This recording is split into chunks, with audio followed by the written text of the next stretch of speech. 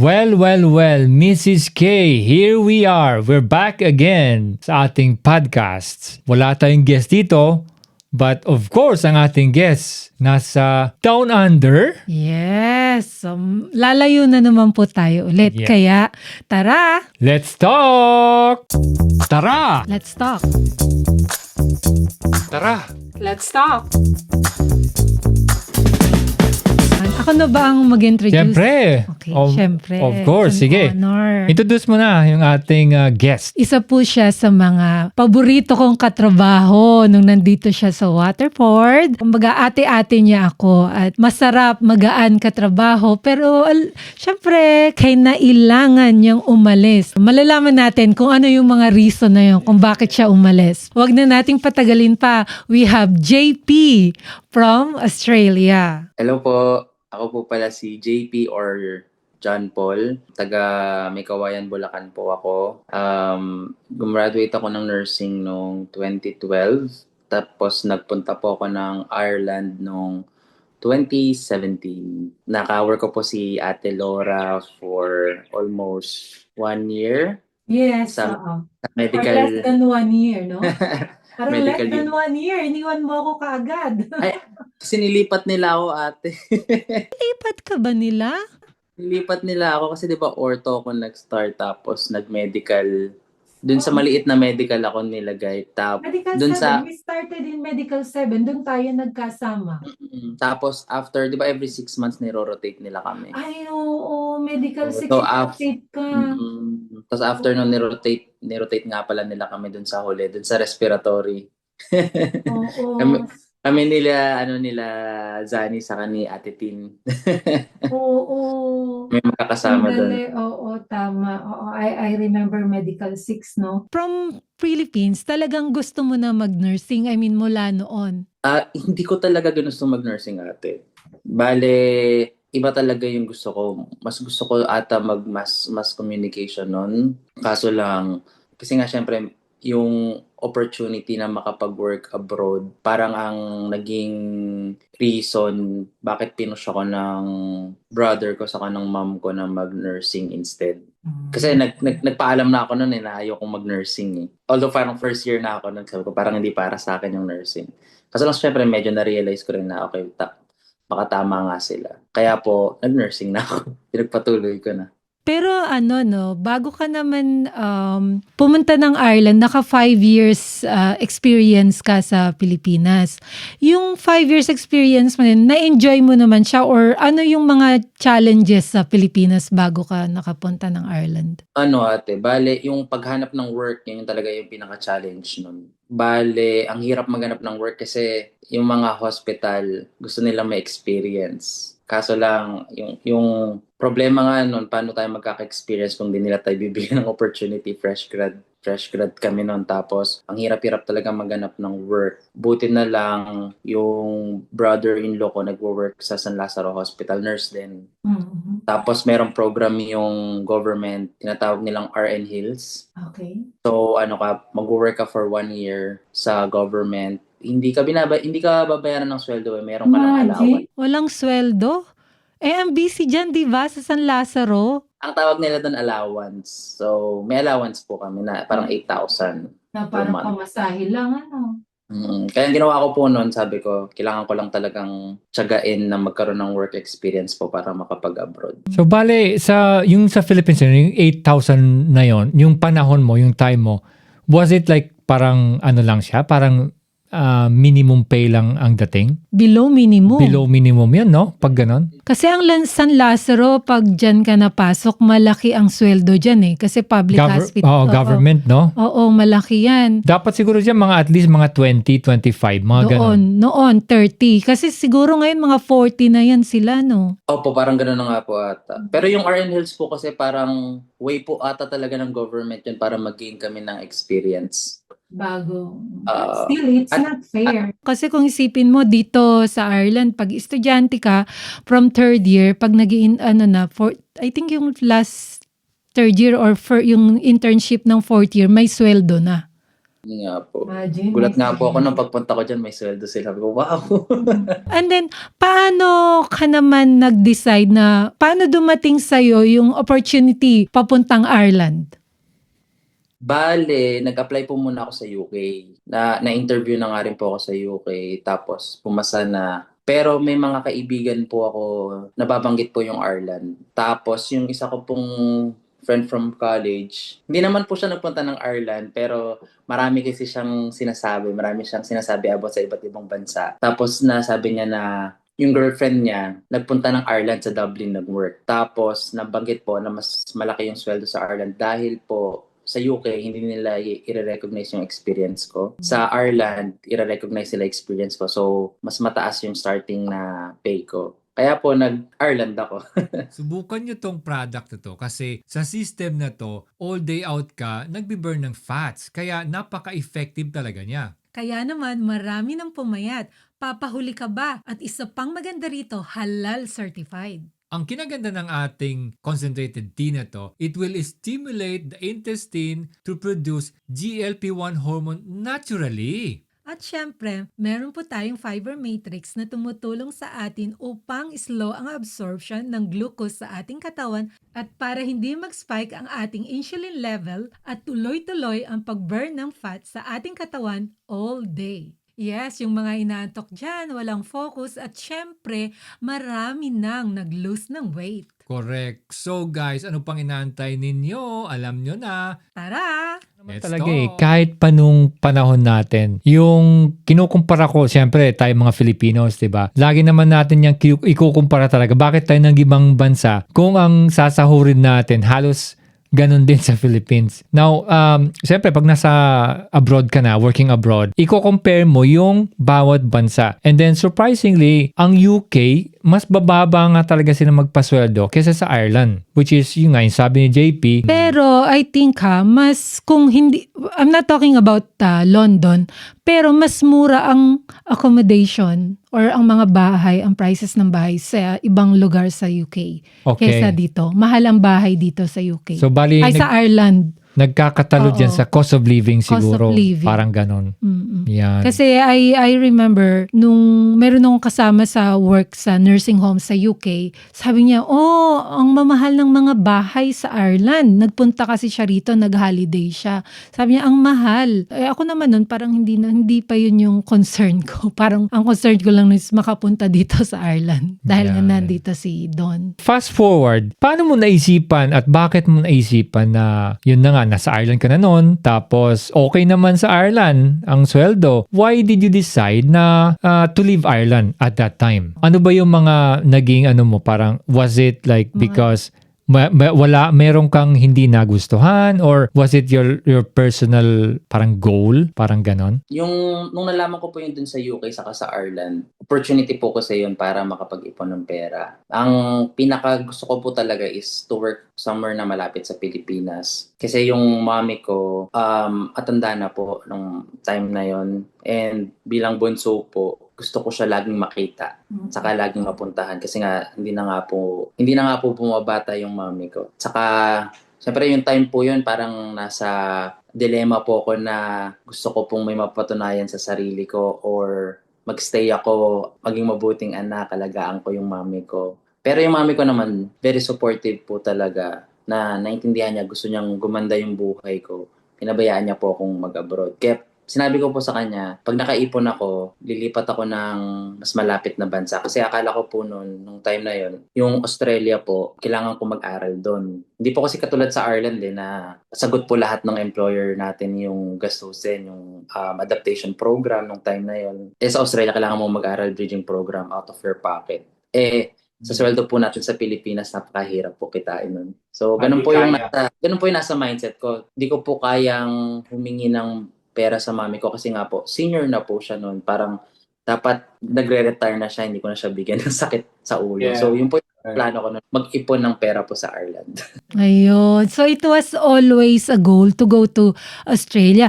But JP, before Australia, nag-New Zealand ka. Ayun. So kwento mo, paano naman yung bakit ka naman Parang zigzag.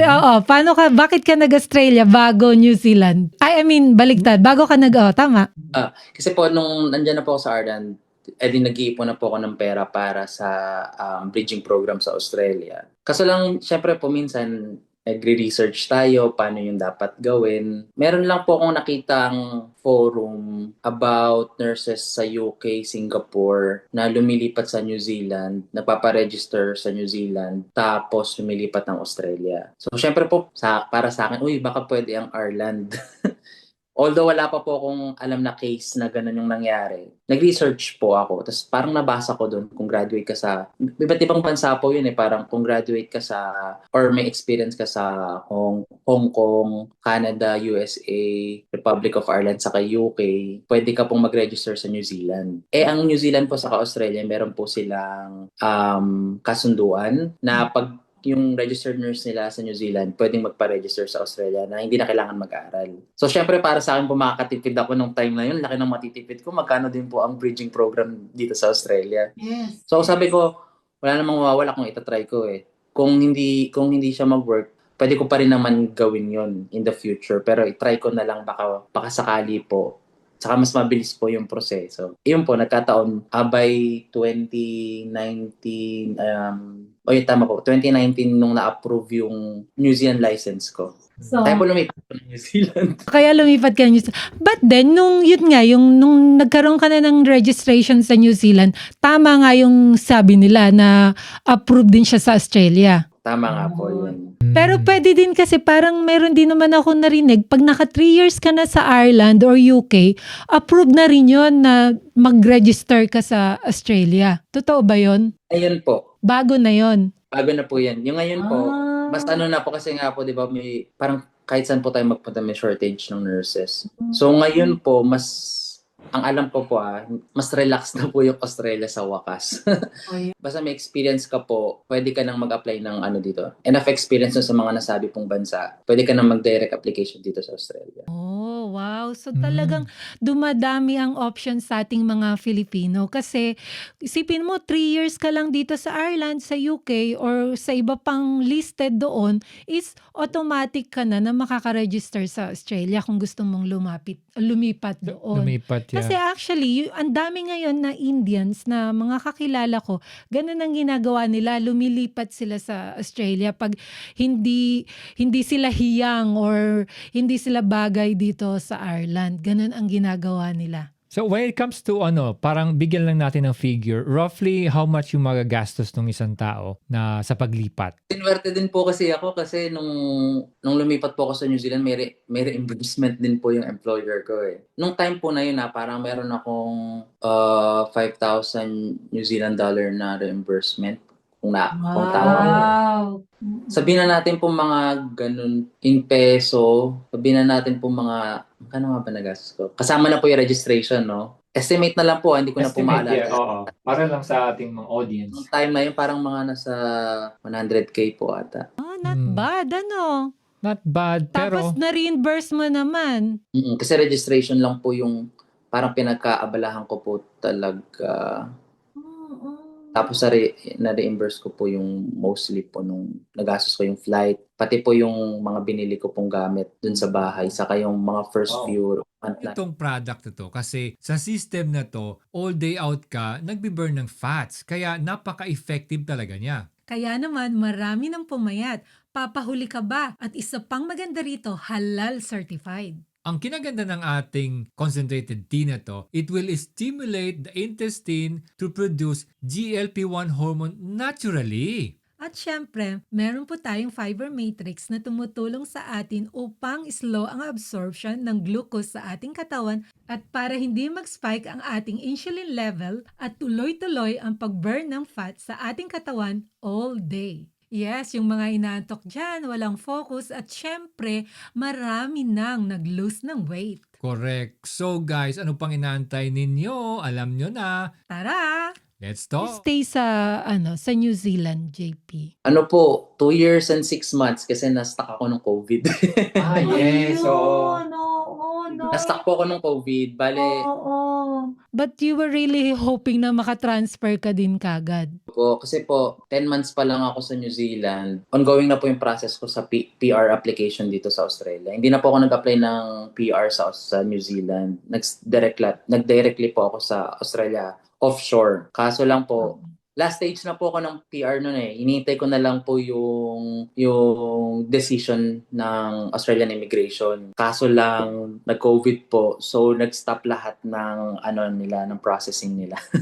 Dito mo makikita yung talagang yung goal niya, no? Na yeah. talagang ang goal mo is pumunta ng Australia, eto, talagang hinarap mo kaagad, hindi ka nagpatumpik-tumpik pa eh. Kasi naalala ko nga noon, alis ka na, sandali lang tayo nagkatrabaho.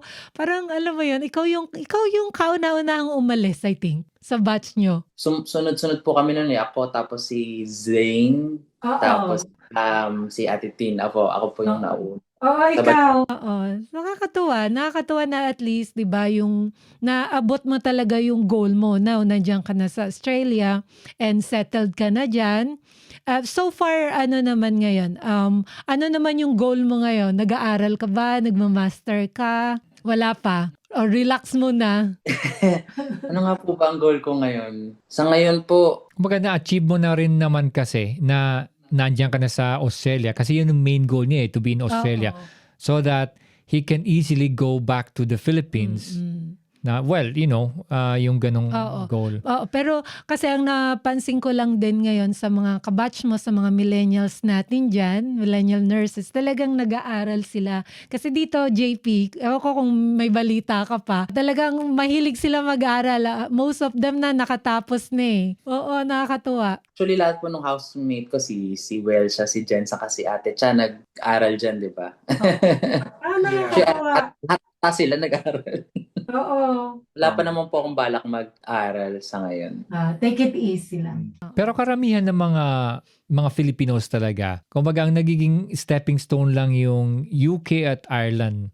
Talagang may goal pa talaga na is either America or yung mapalapit nga sa Philippines. Kasi ang dami na rin talaga, JP, na mga kabatch mo nung time na yon na pumunta rito, 2017, na lumipat na sa Amerika. Lumipat na rin sa Australia, New Zealand, ganyan. So, Pero, nakakatuwa. Yung kasi ang nangyayari sa atin hindi sa atin, kumbaga sa kanila, sa batch nila, karamihan sa kanila, merong mga contracts na galing sa Philippines na they have to go to America or some... Talagang stop, tawag dito, kumbaga pumasyal lang talaga sila sa Ireland, dumaan lang while waiting for their application going to America.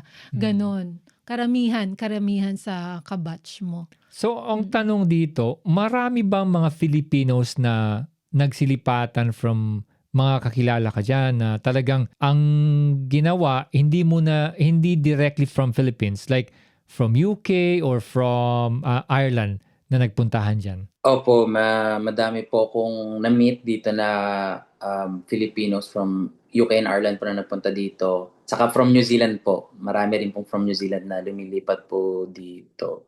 And marami rin po akong naka-work na other nationalities din po na from Ireland, UK po na napunta dito. Totoo nga po ako, sabi ko, yung dami na, kaya minsan meron po kaming mga common na pinag-uusapan. Meron nga rin po ako nakilala. Siguro po kabatch nyo siya. Nag-work siya sa Dublin. Tapos, ang role niya po sa hospital namin, tinatawag po siyang nightlife. Siya yung nurse na lumilibot po sa buong hospital para tumulong sa mga emergency. So, nagkagulat lang kami na pares pala kaming galing ng Ireland. Pero kabatch nyo po siya. Ayun po. Pares po kami Pilipino. Kaya magkasundo kami. Life, ha? Talagang Parang Nightingale, mga iba yung mga terminologies doon, ano? Ay, hindi, ang dami. Kahit yung mga Indians ko na kasama, pa isa-isa na babalita, lumipat na sa Australia. Or magpapalam, Laura, aalis na ako, punta ka Australia. Oh, that's nice. Sabi ko, at least malapit sa India or malapit sa Philippines. You know, whatever, kung saan ka ba dalhin ng paa mo or kung saan ka dalhin ng kapalaran. Ganun naman tayong mga Pilipino. Oo. Oo. So, yung bukod sa malapit siya sa Philippines, well, depending kung saan ka sa Australia naman hindi naman ibig sabihin pag Australia talagang malapit. Kumbaga medyo pagbandang baba ka pa, malayo din kasi ang laki ng Australia Mm-mm. Even Australia to Australia, ano pa rin pag mga flight, mga 6 hours din Ganun So, ang tanong doon, what's attractive sa Australia? Bukod sa medyo malapit siya sa Philippines, ano bang pwedeng mong masabi na yung mga Filipinos attracted doon at saka yung mga sabihin Ibang natin lahi. Asians? Mm-mm. Ano ba? I think po, dahil madami ring Pilipino dito, minsan po, dito po sa area namin, ang dami kong nakikitang Pilipino. So siguro po yung marami rin silang mga naging kamag-anak na nakatira dito, kaya dumadami din po yung number ng Filipinos. I think yung sa salary din po, probably, pwede rin pong contributing factor yun. Pero alam ko may mas malaki pa pong probably na countries na nagpapasweldo. Pero I think enough na din po yung salary dito sa Australia to, to buy a house, to sustain a family din po. And yung flight pa uwi ng Pilipinas is cheaper kasi mayroon tayo Cebu Pacific and madalas din nagpo-promo yung Philippine Airlines. Ano pa po ba? Saka po siguro yung weather. Well, sa Melbourne po parang Ireland for seasons in one day. Pero sa ibang state po, parang mas temperate sila compared sa other countries na sobrang lamig. Food-wise, parang ano ba dyan? Parang Pilipinas na din? Na lahat na International food nandyan. international food, nandyan na din lahat. Yung Melbourne po kilala siya sa mga restaurants niya, sa mga food culture dito sa Melbourne. Kilala siya kasi madami kang makakainan talaga. Marami nga rin pong Filipino restaurant na pwede kang kainan. Marami rin pong Asian restaurant. So, yun po talaga yung panlasa nating mga Pilipino. Mahilig tayo sa malasang food. Kaya siguro po medyo nanaba din ako nung pagpunta ko dito kasi sarap kumain. And when it comes to naman, JP, yung pagbili ng bahay or pagkuha ng mortgage, mahirap ba? Kasi like ngayon, yung karamihan sa mga kabatch mo, may dito mga nakakuha na sila ng bahay. Diyan ba madali lang din? Bilang nurse po kung nurse po tayo na meron tayong permanent job, madaling makakuha. Pero it depends pa rin po talaga sa job mo saka sa bibilin mong bahay. Usually po, ang mga bahay na nabibili dito is yung mga off the plan. Ibig sabihin po yung i-build pa lang po from scratch. So, usually po, ang price nun, yung mga 3-bedroom, nasa 550,000 Australian dollar. Opo. Kayang-kaya naman po yun ng mga nurses. At saka yung mga bank po dito, priority po yung mga nurses din na bigyan ng mortgage kasi kayang-kaya po nating bayaran. Saka in case po na mangyari po ulit yung COVID, sure na hindi tayo mawala ng trabaho. Kumbaga talagang secure yung trabaho natin, Sure po bilang yung trabaho mga ng nurses pag nasa medical field. So hindi ka na nagsisi na nag-nursing ka. Hindi na po. Naging thankful na din po ako na nakinig din po ako sa mga kapatid ko saka sa mami ko. Ayun. It's parang a bit of a comparison lang when it comes to hospital environment, work, job descriptions and all these things. Yun pala. Ano ba siya? Paki-compare mo lang pala yung experience mo sa hospital dito. Yung real talk like lang. Patient ratio. Real talk lang. Real talk. Well, ate, syempre nung bago ako dyan sa Ireland, syempre first abroad ko yon. Tapos ang work ko is from Philippines, di ba? Alam mo naman tayo mga Pilipino, trabaho lang tayo ng trabaho. Minsan hindi tayo nagrereklamo. Yes. So, ewan ko lang kung ganun pa rin yung ratio ate dyan Kasi di ba tayo dyan, parang 12 to 13 hours tayo nag-work sa yung day shift natin. Mm-hmm. Same pa din ba? Yes. Ganun pa din. Tapos, parang sa morning, yung isang nurse, half day lang siya. Ganun pa din. So, syempre, nung una po, na-shock din talaga ako kasi nga, lahat tayo yung gumagawa nung time na yon. Nung nasa ortho po ako, hinahandle ko, kasama po yung half day na AM shift nurse was, ilan ba kami? Tig-anim kami. So, 12 patients yon in between both of us. So, uwi na siya ng, tama ba 1 o'clock? 2 o'clock. 2 o'clock, uwi na siya ng 2 o'clock. Tapos from 2 Solo mo na yung 12. 2 to 9 ba yan? 2 to 9? Solo mo na. Solo ko na siya.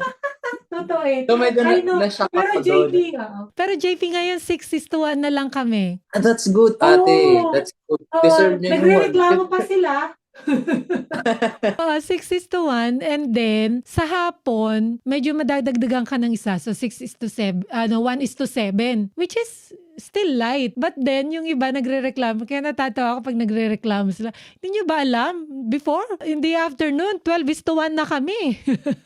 Kaya nga po, nung paglipat ko ng New Zealand, saka dito sa Australia, gulat na gulat ako. 1:4 kami. Wow.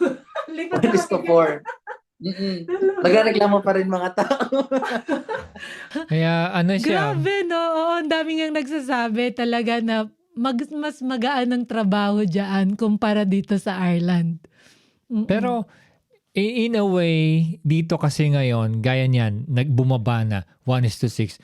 Even sa theater namin, kung makikita mo dati kasi may mga panahon na naging 2 lang kayo sa loob ng theater. Balik, lang kayo, scrub, tapos circulate, mag-scrub ka, tapos salitan lang. Tapos yung manager, siya yung magre-relieve ng, it's either short na cases or magre-relieve ng yung breaks. Tapos eventually naging parang 3 kayo sa loob ng theater. Ngayon, Ilan? mga 5. Ganon na kadami. Crowded. 4 to 5 na katao. Yung mismong isang theater lang. Isipin mo yun. Ano pa yung ginagawa ng iba? Well, Patayo lang. ang nangyayari kasi parang agawan na ng trabaho eh. So, yun ang ibig sabihin na parang dumami na rin gumaan na yung work. But then, as you said, naka-reserve kasi yung iba to the new hospital na mag-open din. Yes, pero But medyo then, matagal pa yan. Sabagay, patay sila, no? Pagka yung nag-open na, sabihin nila, mabigat yung trabaho. Oo. Pero ganun nga, JP, no? Balikan natin yung trabaho natin. Although, yun yung sa ortho, pero nung nagkasama na tayo sa Medical 7, medyo magaan na, no? Medyo magaang po doon. Kaya nga Oo. naman malungkot ako, tinanggal nila ako doon. Kaya nga, oo. Kaya lalo ka nagmadali sa Australia. Siguro kung hindi nila ako nilipat at hindi ako masyadong nagmadali. Kasi masaya ako dun kasi cover kayo nila Ate Lisa eh. Oo. Ang saya natin dun eh. Lang ako, kaso lang nung nalaman kong ililipat nila ako, sabi ko, shucks, kailangan ko na talagang bilisan to. Sabi ko ganun. Chill pa ako nung magkakasama tayo. We really enjoy that time nung magkadami nating Pilipino dun eh. 'Di ba? Kaya masaya eh. Saya. Saka pero kinainggitan din kasi talaga yung ward natin, ate, kasi nga ang masyadong light daw. Oo, light. While other wards, ang bigat talaga. Which is totoo naman, ang bigat po talaga. Ano, JP, yung mga namimiss mo nung nandito ka sa Ireland? Namimiss ko ate mag-travel. Yun. Alam niyo naman ang Australia nasa isolated sa New Zealand. So nakakamiss yung mag-travel dyan kasi ang mura-mura ng flight pa Europe. Tapos Yung weekend lang, no? Tapos yung makikita ko kayo sa feeds ko, nandito sa Spain, nandito sa sa Paris. long day off mo, pwede ka nang mag-holiday. Oo. Yun lang yung siguro masasabi natin sa mga gustong lumibot dito sa Europe. Punta muna kayo ng UK or Ireland and then enjoy traveling and then back to punta sa New Zealand or Australia, no? Siguro Kasi magandang hindi natin kasi makukuha lahat ng gusto natin. Kumbaga lagi siyang may attraction sa bawat panig ng mundo. Na sa kanila, syempre malapit sa Philippines, but then when it comes to traveling, ang pwede nilang mag-travel lang sila papuntang Asia pa din. Gusto nilang papunta ng Thailand, yung mga ganyan, mga Malaysia. Pero kung talagang kakaibang cultures, siyempre, dito talaga sa European country. Ganun. Anyway, pagka gusto mong bumalik naman, nandito lang kami. At marami kang kaibigan dito. Sabihin mo, pwede bang tambay? Mag-iiwan lang ako ng gamit while I'm traveling. Yeah. Nung dapat nga po, pupunta ako dyan kasi kinasal si Ate Cha. Yes, oo. Kaso lang, nung naubos po kasi yung leave ko. Oh. Naubos yung leave ko. dyan. Oh yeah, Oo nga talking pala. about leave. Kasi dito, meron kaming halos 6 weeks annual leave. 6 to 7 weeks. More than 6 weeks Oo. annual leave. Diyan sa Australia. Dito, 5 weeks po. 5 weeks. not bad pa din. Pero hindi po kasi ako full-time. Oh, okay. Hindi ako full-time. Ano pa lang po ako. May tinatawag kaming FTE. So, 0.8 ako. Ang 0.8 po, imbis na 76 hours ako nag-work, 72 hours lang po ako imbis na 80 hours ako nag-work, 72 hours lang po ako nag-work per 2 weeks. Bakit for 40? Pero kung Parang kami, kasi ngayon, dati JP, nung nandito ka, I think ang full time is 39 hours nung nandito ka, nung time na yon. So, ibinaba na yan, 37.5. 37.5. Yun na yung full time. Itong product na to kasi sa system na to, all day out ka, nagbi-burn ng fats. Kaya napaka-effective talaga niya. Kaya naman, marami ng pumayat.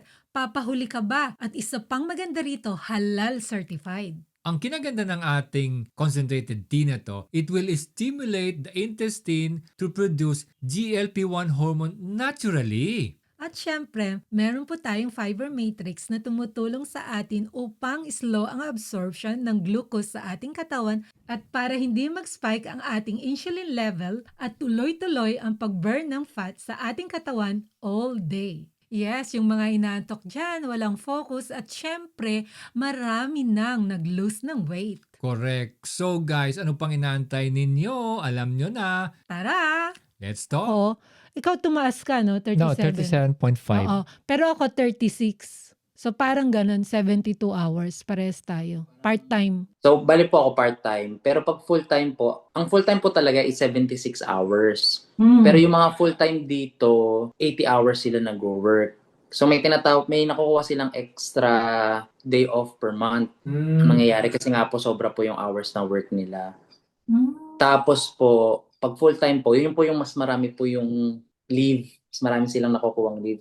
Doon na sila umaabot ng dahil kasama po yung ADO, pag isasama yung ADO, parang nagiging 6 to 7 weeks sila na ang leave nila. Kasi lang po nakakapagod po yung full time kasi. Oo, siyempre. Oo nga, no? Parang yung pag puro trabaho din, Pero meron din pong, iba din po kasi yung, may mga difference din po kasi sa pag-treat ng patients dito sa compared sa Ireland. Kasi po dito po, marami kaming ewan ko po kasi atin nung time natin, hindi ganun kadalas yung mga mental health patients natin. Ayun natin, di ba iba kasi yung care, nung time natin wala masyadong mental health patients. Ngayon po kasi dito, nung nag-gen med kami, ang dami pong mental health patients na na-admit sa ward namin. Which sometimes talaga, I find it, nung nag-start kami, I find it difficult managing. Kasi ang daming parang kakibat na law eh. Pag kunyari, pag may tinatawag na under treatment order, so dapat pag ganyan, hindi mo sila palalabasin sa ward, dapat minsan hindi sila dapat nagre-refuse sa treatment, yung mga ganon. So doon parang nahihirapan ako noon. Sabi ko, shucks, ang hirap naman ito. Yun yung parang nagulat ako nung time na yun. Pero ngayon okay naman na kasi dahil madalas nang ginagawa, nasasanay tayo. Oo. Kasi tayo noon, nung sa atin, ang mga na-experience lang natin na ganyan is yung mga alcoholic, di ba? Yun lang eh. Kasi di ba, after 24 hours, nagbabago naman na sila once na nabigyan ng Pabrinex or na-injectionan mo yan ng Lorazepam, matulog lang yan. The next day, back to reality na sila eh. Pero, oo, madami na ngayon. Kahit ngayon dito sa hospital, very, talaga, big thing ang mental health. Actually, lumipat ako ulit. Kasi di ba nung nag-COVID, lahat kami sa Medical 7, yung ward natin, umakyat kami sa bagong building. I don't know if you remember may bagong building. Ginagawa na nung umalis ako. Yes. Yun ang naging COVID natin, COVID ward dito. And then lumipat kami. Nung after matapos yung COVID na yung restriction bumaba, nagpalipat uli ako kasi they said na i-open na uli yung acute medical unit. Yung kagaya nga nung Med7. So nagpalipat ako kasi nga mas gusto ko doon. So ngayon, ganyan, marami na. It's a big issue na very sensitive topic.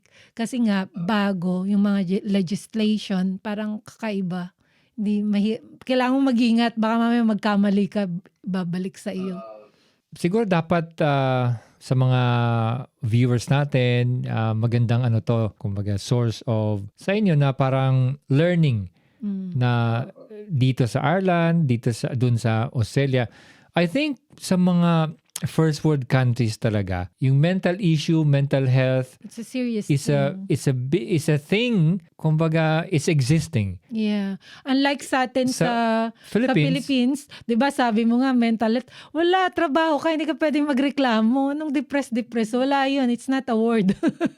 yeah. 'Di ba? Opo, ganun nga po ang sa atin. So yun ang kaibahan sa kumbaga problema talaga ng first world countries. Kasi hindi naman po ako masyadong na-train talaga to handle like mental health patients sa mga time na yon. Kaso lang kasi pag medically unwell sila, sa amin po talaga napupunta. Hindi lang talaga naman sila napupunta. Syempre hindi lang naman yung medical yung kailangan naming i-treat, pati yung mental health problems nila. So yun yung mga naging challenging sa akin nung paglipat ko dito. Kasi po kami, nung lumipat po ako sa New Zealand, surgical po ako, orthopedic. Tapos paglipat ko dito ng Australia, orthopedic pa din po and gastro, so surgical pa rin. Kaso lang, dahil tumataas po yung need nila sa medical beds, yung ward po namin, ginawa nilang medical. So doon po nag-start yung medyo naging nahirapan ako nung umpisa. Oh. The same thing, JP, kasi yung dito din nga sa atin. I know during that time wala tayong ganung pasyente, pero ngayon madami, like halimbawa nagkaroon ng medical problem talaga yung galing dun sa DOP, iaakyat sa amin sa medical 6. Iaakyat and then kami ang magdi-deal. So syempre ang hirap kasi medically trained tayo, hindi naman tayo psych nurse. Alam mo yon, ang hirap na parang, kaya magpapanik ka, asa ng special nito? May special ba to? Yung gano'n. O may security ba to? Alam mo yung mga gano'n. Kaya pagka once na medically stable na, balik na kagad sa psych ward. Yung gano'n. Pero, ang tanong ko lang, kasi dito sa Ireland, halos naman lahat ng mga kumbaga nagkakaroon ng mental issues, hindi mga Asians, hindi kagaya natin. Hindi pa. Yes, sa ngayon. Hindi Kasi pa. siyempre, parami pa lang tayo ng parami. Doon sa Australia, since kasi matagal na yung well-diverse yung Australia, yung mga pasyente ninyo ba, iba-ibang klase na ng lahi? Iba-iba po. Iba-iba po. When it comes to percentage, paano ba yung percentage? Na po kasi dito, ang Melbourne po talaga very diverse po eh. So, marami po talaga. Iba't ibang race po eh. There are Filipinos din po. So talagang yung mental health, it's a real issue po talaga. Siyempre tayo lumaki tayo sa Pilipinas, di ba po? So minsan, yun nga po yung sabi nyo kanina na parang sa atin, walang mental health, di ba ganyan. Pero it's a real issue po talaga. Kasi na-notice ko rin po talaga dito na lahat na apektuhan. Different age group. Even like under 60s, nagkakaroon na din po ng mga mental health problem. So iba-iba po talaga. So most likely, yung mga diyan na lumaki, diyan na pinanganak, yan yung nagkakaroon ng mental health issues. Hindi yung kagaya natin na immigrants, kumbaga. Actually po, Meron din po talaga na from other countries. Kasi di po marami rin pong mga international students dito. Marami din pong mga nag-migrate dito. And nakikita ko po na nagkakaroon din po talaga ng mga mental health problems. Yeah. Nagulat din po ako. So when it comes to, na-topic mo lang din yung mga immigrants, migration, mahigpit ba dyan ngayon? Gaano ba kadami yung mga nagmamigrate papuntang Australia? Kasi medyo malayo din ang Australia eh. Hindi siya basta-basta sa higpit ng Australia magpapasok. Napapasok ba siya? Opo. Bale, nung COVID po, syempre nag-strict sila nung time na yun. Pero after COVID, medyo nag-relax po sila. So marami pong mga international students na nag-aaral dito. Kaso lang ngayon po, medyo naghihigpit pa po uli sila kasi nga po, syempre po yung cost of living tumataas kasi dumadami yung population. Tapos yung housing po, hindi po makakope sa dami ng taong pumupunta. Although marami pong tao ngayon, pero yun nga po, medyo nag-strict sila. Nag-limit po sila ng number of parang immigrants na kukunin nila per year. Tinaas po nila yun, alam ko umabot ng parang, nung after COVID parang pumayag sila na umabot ng kung 180 to 200,000 na parang immigrants yung pwedeng pumunta dito sa Australia. Tapos ngayon naghihigpit ulit, parang nagbabawas-bawas po sila, parang nagbabawas sila ng 10,000 per month. Per year na ini-issue na visa. Ganun po. So sa ngayon po, possible pa rin pero nag-start na po silang mag-higpit. JP, paano yung, kasi naalala mo, alam ko, nung dumating ka rito, pa ang mga Irish parang, you felt welcome, di ba? Sa ibang tao. Na-feel mo yun, no, na welcome ka pa. Kasi ngayon, after 8 years ka nang wala rito, JP? 6 years? 6 years. 6 years ka nang wala rito. Ang laki na nang ipinagbago ng Ireland when it comes to immigrants or ibang lahi. Parang we felt na kami talaga kahit kami nandito na ng matagal, syempre, pag lumabas naman kami dyan, wala namang nakasulat sa'yo, 20 years na ako rito. Alam mo yun? So parang nag-iingat talaga kami pag lumalabas. And even me talagang ngayon, nag-iingat kasi marami na ring mga balita na mga meron nabugbog recently, Indian. He only came in here a month. 1 month pa lang siya rito, nagtatrabaho, and they accused him of molesting a child na hindi naman siya, and then inabangan, binugbog. Alam mo yung ganun, where this one naman, it happened in Dublin, hindi naman sa Waterford. But then medyo may kaguluhan ng konti. Kasi yung mga anti-immigrants, merong mga ganon. Diyan ba merong mga ganon? Or naman, wala nang pakialaman yung tao since very diverse na? Hindi na sa ngayon, I think meron pa rin pong, wala pa naman po akong na-experience. Sa news, minsan may maririnig ka po sa news na nagganong case. Probably, may mga ganong case. I think maski sa New Zealand. I think kahit sa pong bansa, meron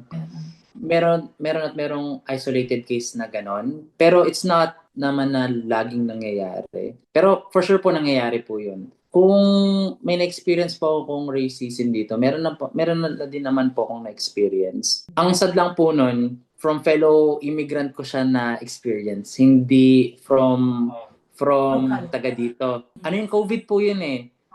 Parang nag-sideline ako na vaccinator. So, kasi wala naman na po tayong gagawin. Anong gagawin mo sa day off? Kesa tumambay sa bahay, kumuha na lang po ako ng extra job na vaccinator. And merong patient, magpapavaccine. And I believe from gitnang silangan na bansa siya. And kine-question niya, hindi niya daw maintindihan yung accent ko.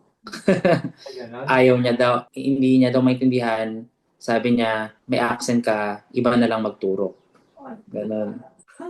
And sobra akong na-disappointed kasi, sabi ko, ano ba yan? Fellow immigrant pa yung naging first na experience kong racism. And sakto naman, yung manager nung time na yon Irish. So, Irish siya. So, lumapit siya, narinig niya kasi yung nangyayaring parang commotion sa amin. Lumapit siya, pinagtanggol niya ako. Sabi niya, may accent ako. May accent siya. May accent ka din. So, anong problema? Yeah. Exactly. So, natuwa naman ako. Pinagtanggol ako ng isang Irish. Irish galing dito. Exactly. Diba? You all have accents, so what's the problem? You just have to, understand and try to understand each other. Ganun lang naman yun. Yeah. Siguro, kung meron kang ma-advise sa mga ating mga bagong nurses na gusto na, alam mo yun, nagpaplano, umalis ng Pilipinas. Ano ba yung masasabi mo sa kanila na dapat paghandaan at saka kung ano ba yung dapat nilang i-expect din when they arrive Nag-abroad. Yes. Ano po, ang advice ko lang sa mga aspiring nurses po na mag-work overseas, siguro wag sila masyadong mag-base sa nakikita nila sa social media. Kasi everyone, ako rin naman, like, I will post yung mga magaganda. I wouldn't post yung mga hindi natin ina-expect. So, I think wag silang masyadong mag-expect na lahat is masaya. May time na talagang mahirap, malungkot, pero kailangan lang talagang magpakatatag. Find good people to surround you and to inspire you. Tingnan mo ko, si Ate Laura kasama ko lagi. So, which was good kasi sobra ko na-appreciate si Ate Laura nung time na yon. Alam ko siguro naramdaman niya minsan malungkot ako. Dinadalaw niya ako sa bahay. Naaya niya akong lumabas sa mga party. Nakatulong yun sa akin kasi sometimes we need people na talagang to check on us. So, thank you Ate Laura nung time na yon. Appreciate ko yon. Marami din pong mga Filipino na talagang mababait. So, look for those Filipino na talagang walang issue, susuportahan ka. Kahit ano pa yan, walang problema sa kanila. As long as mabuti kang tao. Kasi pati po sa Dublin, kasi po 'di ba po, meron din pong mga taga Dublin na naging mabait din po sa akin. So, thank you po kila Ate Jane, kila Kuya June, Ate Daisy. Sila po talagang naging mabait din po, naging parang family ko po dyan. So, yun po yung mga ma-advise ko. Saka, ano lang po talaga, huwag susuko. Laban lang. Yeah. Tsaka focus on your goal, no, JP? Talagang dito ko nakita kay JP na talaga, ito yung goal ko. Pak, pak, pak. Wala nang hintay-hintay. Diba? Focus lang talaga sa goal. Saka, huwag mawawalan ng pag-asa. May mga magiging small bumps lang ahead. Pero, kayang-kaya po talaga yan. Lalo na laking Pilipinas po tayo. Okay, magandang usapin to, 'di ba? Maraming salamat JP. At iyan mga kababayan, isa na namang napakagandang episode ng ating podcast.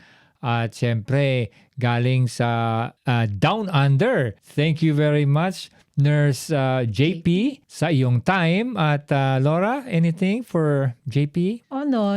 Syempre, miss na miss kita.